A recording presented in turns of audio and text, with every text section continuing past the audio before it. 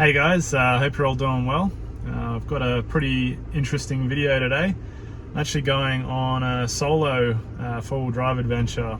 I'm going solo because I asked everyone that I knew that had a four-wheel drive and everyone was either busy or they didn't want to come, and yeah, I guess I've got the philosophy that if I spend my whole life waiting for other people to be ready to do things, then I won't really get to live much of a life. So thought I'll go out by myself, so this will be interesting. I'll be driving and camping out in the wild by myself. It is a fairly popular track, so it shouldn't be too dangerous. I should be seeing people along the way, and I also have told people where I'm going to be, so if I don't come back then they'll send a search party.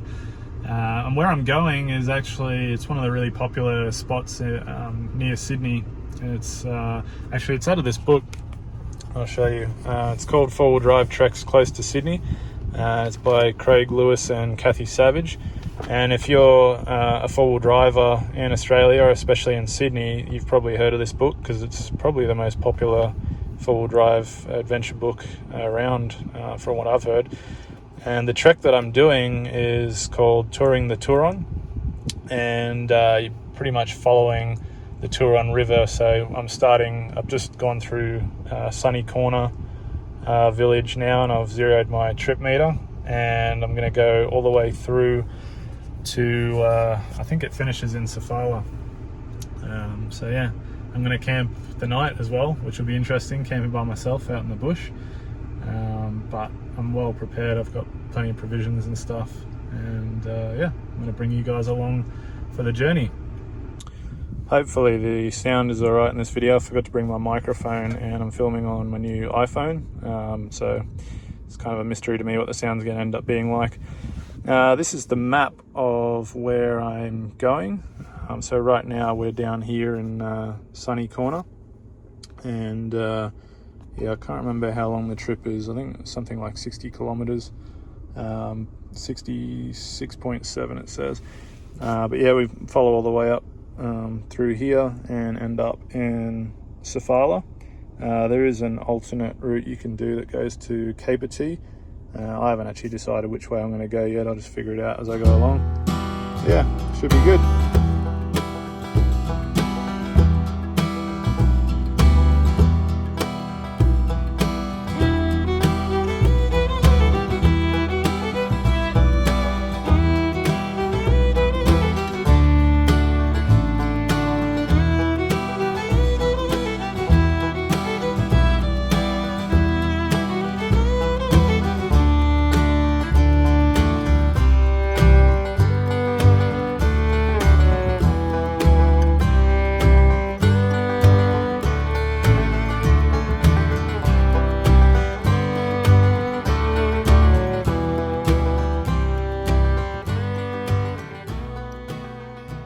Just pulled over on Capertee Lane because I'm off road now and it's starting to get a little bit bumpy, so thought I might let the tyre pressures down.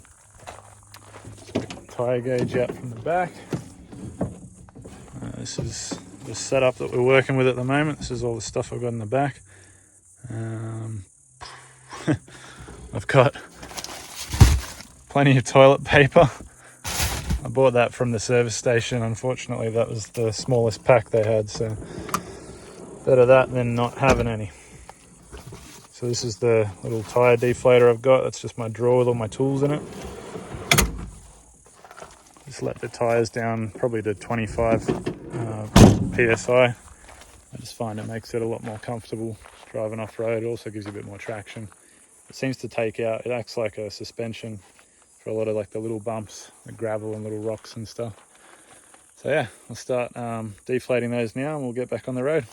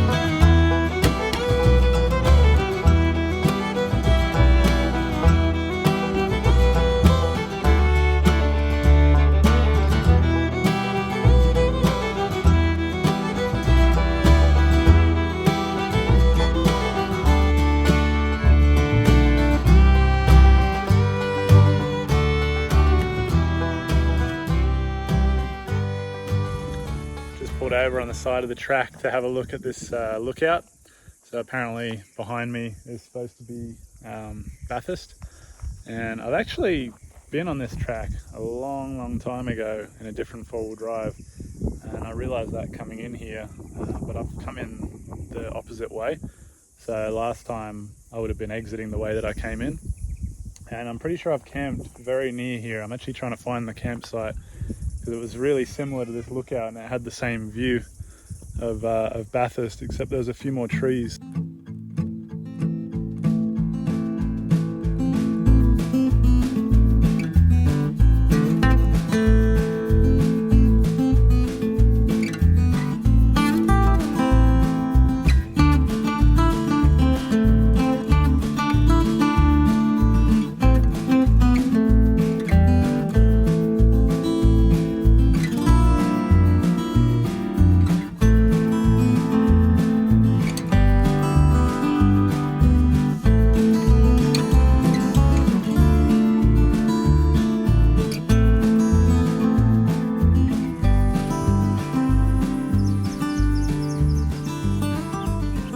Had to pull over and check out this area and take some photos and stuff.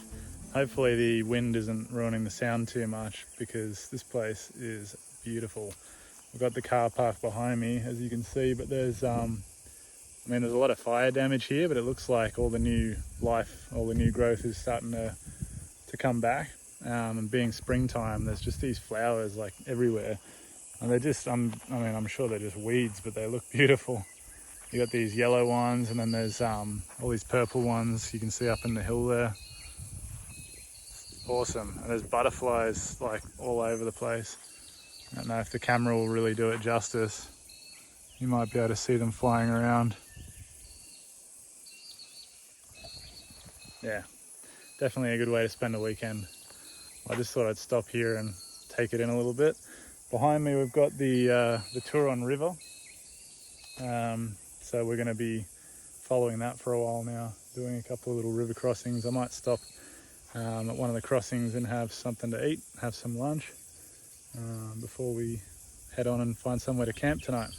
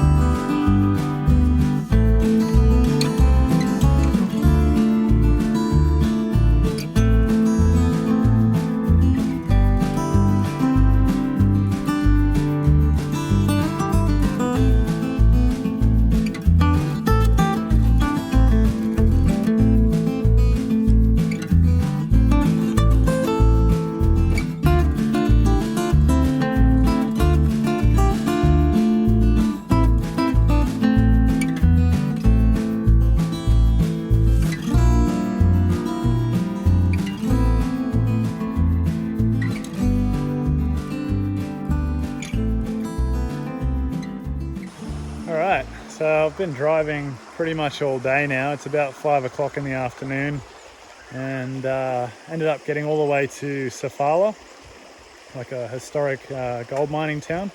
Pretty cool, nice little town, a lot of old buildings and stuff. Had a couple of beers at the hotel there, and decided I'd better find somewhere to sleep for the night. So what I've done is I've driven back the way that I came, because I found a really nice spot earlier by this river here, the Turon River, with all these nice river stones and stuff. So I've actually driven back to here. I'm going to spend the night here. There's some campers a little bit further up, but I found a nice little spot where there doesn't seem to be anyone around. The only thing I'm going to be really wary of is obviously right now this is what we're looking at in terms of the water. So it's really nice, it's perfect. but if we were to get some heavy rain or something, this could rise pretty quickly. And I actually had to drive straight down the river to get here, so it's not very deep, you know, it's sort of like less than a foot deep all the way along, but obviously that could rise pretty quick, and my only way out is that way. So I just have to be, you know, be wary that if it does start to rain, I should probably just get out just in case.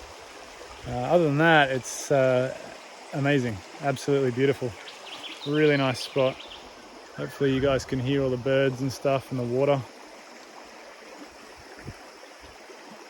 Yeah, it's really nice.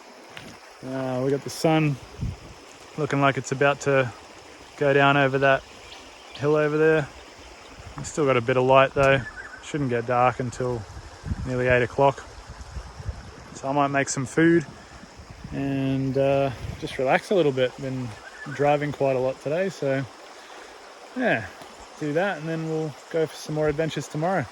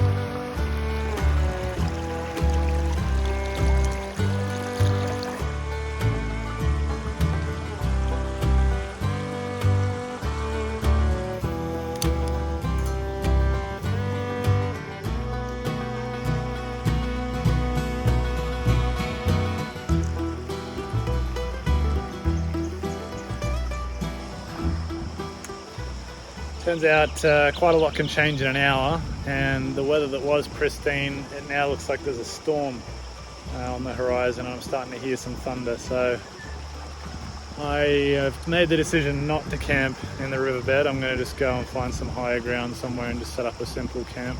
Might even sleep in the car, but yeah.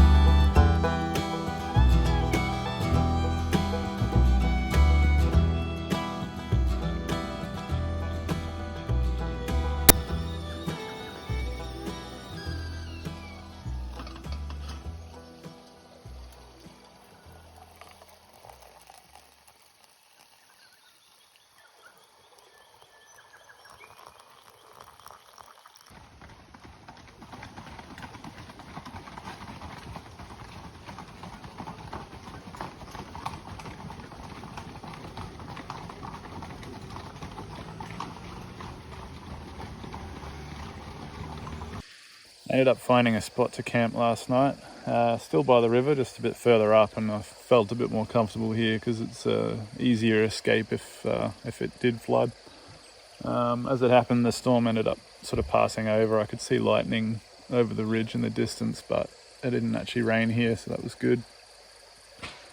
Yeah, I'm just chilling down by the river at the moment. A bunch of horses just ran past, that was pretty cool. And this is my campsite. So obviously the car's behind me, and then there's a bank over there, and then this is the river, and then I came across over there. I'll show you how I slept last night. Let me just flip the screen around. Yeah, so I actually ended up sleeping in the car last night. I figured it would be probably a better way to do it, because then I wouldn't have to set anything up on the ground here on the pebbles like my tent and stuff. But also I wouldn't have to pack anything away just in case I did have to get out quickly if it flooded. So yeah, I just had my mattress set up, got the sleeping bag and a pillow. Wasn't heaps of space because of the wheel arch, but there was just enough for me to sleep in there and get a reasonably good night's sleep. Put some fly screen on the window as well. I'll show you that. Just didn't want to be too hot in there, because sleeping in a car, you know, coming into summer, it'll be pretty hot. So I just cut a piece of this fly screen up from home, brought some magnets and just stuck it to the window, so that window is actually open. And yeah, it was good. Didn't overheat, didn't get eaten alive, which was good. Yeah, it was just right. Probably, if I was to say one thing, maybe I could have done with a bit more space, but oh well, that's camping. The main thing is it didn't flood, so that was good. And now I get to wake up here, which is pretty awesome. Such a beautiful spot. You hear all the birds and stuff. The sun's just rising over there. It's pretty much risen now. I'm gonna cook up some food for breakfast, and then I don't know what I'm gonna do. Probably just go and do some more forward driving. Yeah.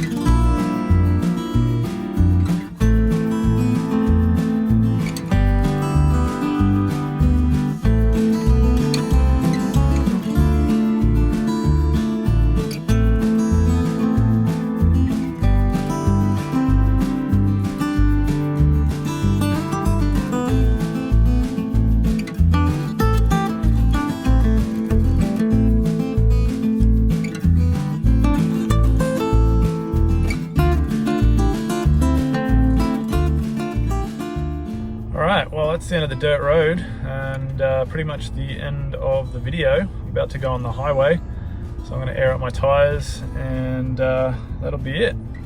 Hopefully you guys enjoyed it. I'm going to be making more stuff like this in the future, so stick around if you did, and yeah, till next time.